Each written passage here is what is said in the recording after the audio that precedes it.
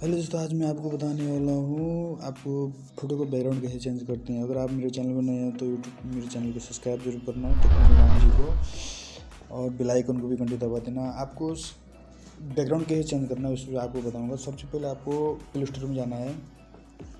Play store में जाके आपको टाइप करना है remove BG, REMOV remove BG search करना है। उसके बाद ओपन करना है। आपका ये एप्लीकेशन है, प्ले स्टोर में मिल जाएगा, मैं डिस्क्रिप्शन में लिंक डाल दूँगा। उसके बाद आप फ़ोटो चूज़ करना है। कोई भी फ़ोटो का बैकग्राउंड चेंज करना चाहते हो उसका आप फ़ोटो चूज़ करना है।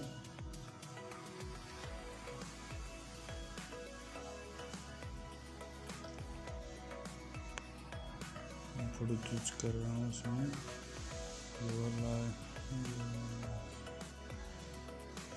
ये वाली फ़ोटो चूज़ कर दिया मैंने।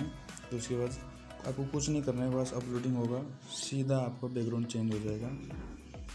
थोड़ा सा टाइम लेता है बस नेटवर्क की वजह से, नहीं तो जल्दी हो जाता है।